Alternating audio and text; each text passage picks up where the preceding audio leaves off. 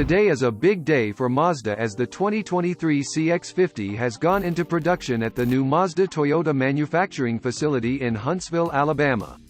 The first model was driven off the assembly line by Mazda North American Operations President and CEO Jeff Guyton, who remarked it was an exciting day, and noted, "Production of the CX-50 here signifies the importance of the North American market to Mazda and our commitment to investing in the U.S.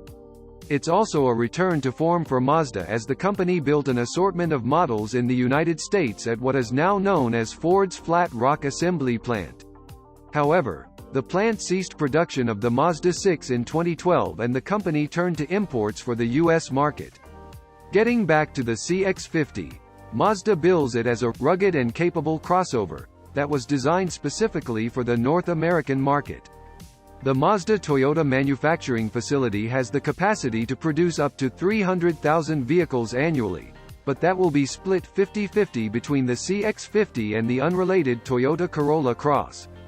Mazda hasn't revealed many details about the crossover, but has already confirmed the CX-50 will be offered with naturally aspirated and turbocharged 2.5-liter four-cylinder engines that are paired to 6-speed automatic transmissions.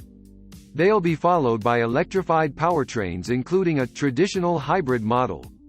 The 2023 Mazda CX-50 is slated to arrive at dealerships this spring and will come standard with an i-Active all-wheel drive system as well as selectable drive modes that enhance off-road and sport driving.